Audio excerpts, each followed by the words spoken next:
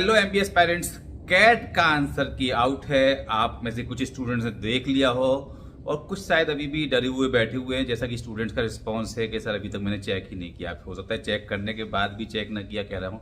तो बहुत ही important information मैं आपको इस वीडियो में देने वाला हूँ। तो यदि आप इस वीडियो को आगे तक देखना चाहते हैं तो प्लीज प्लीज प्लीज पहले सब्सक्राइब जरूर कर दीजिए, क्योंकि यही वीडियो नहीं है, इसके आगे और भी बहुत सारे इंफॉर्मेटिव वीडियोज आपके लिए मैं लेकर आने वाला हूँ अपने इस चैनल पर। तो सबसे पहले शेयर कीजिए, लाइक कीजिए और सब्सक्राइब कीजिए। तो चलिए शुरू करते हैं। कैट की आंसर की आ गई है। अब आंसर की आप जैसे ही जाएंगे वेबसाइट पर, आप अपना जो भी आपका आईडी पासवर्ड है वो डालिए। उसके बाद में सीधे सीधे पूरा के पूरा डिटेल जो है आपके पास आ जाएगा एक पीडीएफ फॉर्मेट में, बहुत ही सिस्टमेटिक। हर एक पैसेज भी दिया हुआ है, हर एक क्वेश्चन भी दिया हुआ है, उसके आंसर्स कौन से गलत है कौन सा सही है।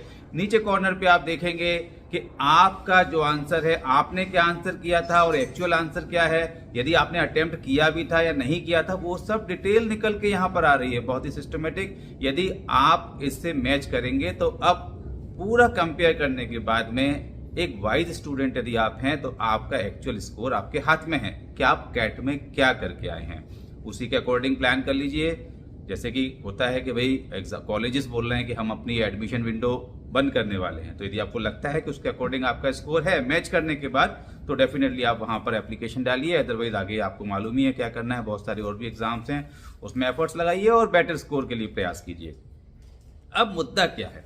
अब मुद्दा यह है कि कल जैसे ही आंसर की आउट हुई और बच्चों ने कंपेरिजन किया तो काफी सारे बच्चों के रिस्पांस आने लगे, अरे सर गड़बड़ हो गया, मेरे तो इतने आंसर बन रहे थे, वहां पर इतना गलत दिया, मैंने तो ये लगाया था, वहां वो दिखा रहा है।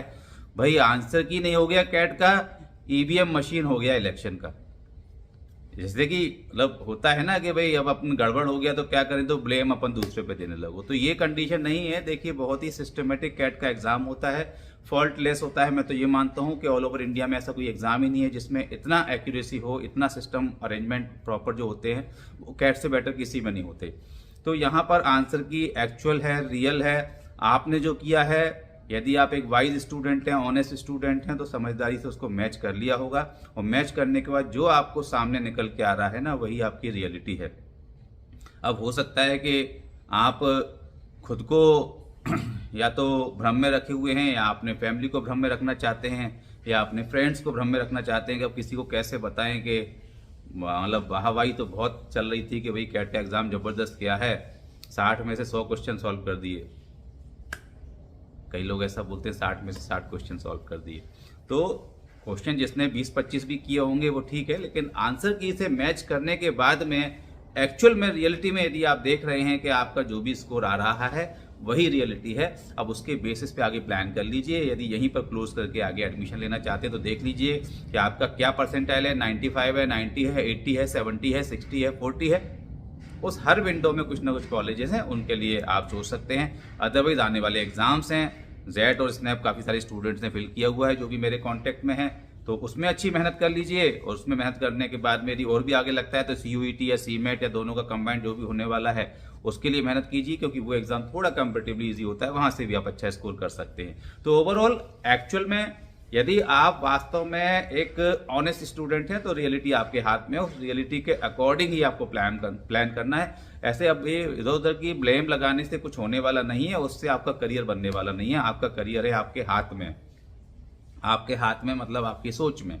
तो आप जो ही है आपके हाथ में, जो रियलिटी है उसके अकॉर्डिंग चलिए आगे, उसके अकॉर्डिंग प्लान कीजिए, और जो भी एग्जैक्टली आप जहां डिजर्व करते हैं, ये बहुत बड़ी बात मैं बोल रहा हूं, जो आप डिजर्व करते हैं वही आपको मिलने वाला है।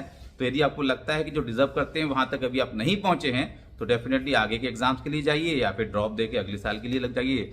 और यदि आपको लगता है कि नहीं, जो डिजर्व करते हैं वही आपका स्कोर है, तो उसके अकॉर्डिंग आगे बढ़ जाइए। और यदि आपको लगता है कि आगे सीमेट या सीयूईटी के कुछ मॉक टेस्ट देने हैं तो नीचे मैं डिस्क्रिप्शन बॉक्स में एक लिंक भेज रहा हूँ, उस लिंक पे आप क्लिक कीजिए, बहुत ही नॉमिनल प्राइस में कुछ टेस्ट दे दीजिए।